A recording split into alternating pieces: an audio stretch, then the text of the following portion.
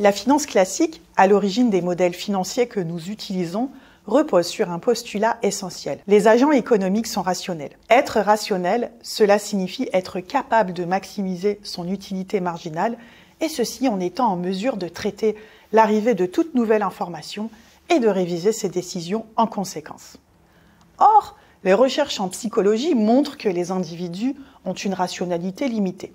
En effet, nous avons beau essayer de prendre les meilleures décisions possibles, nous n'avons pas systématiquement la faculté de calculer l'impact de chaque option sur notre niveau d'utilité, ni de traiter toutes les données disponibles en temps réel. On parlera de rationalité subjective. Nous sommes également empreints de biais cognitifs, c'est-à-dire que nous avons tendance à dévier de la rationalité dans nos jugements et nos prises de décision. Ceci venant du fait que nous interprétons de façon erronée certaines informations et que nous soyons influencés par nos émotions et nos humeurs. Ainsi, dans les années 70, un nouveau courant de recherche est né, la finance comportementale. Les travaux de Kahneman et Tversky en 1979 ont abouti à la théorie des perspectives, selon laquelle les individus perçoivent les gains et les pertes de manière asymétrique, en accordant plus de poids aux pertes qu'aux gains équivalents, travaux d'ailleurs récompensés par un prix Nobel en 2002. Cette aversion vis-à-vis des pertes entraîne des comportements d'investissement biaisés, tels que conserver des investissements déficitaires dans l'espoir de récupérer ces pertes.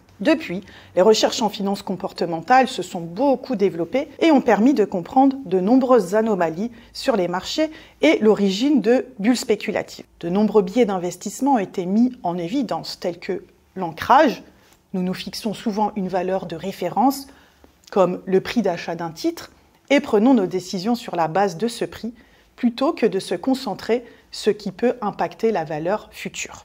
Autre biais, le comportement grégaire, dit aussi comportement moutonnier. Nous avons tendance à suivre les mouvements de foule, ce qui peut conduire à des bulles spéculatives et à une volatilité accrue du marché.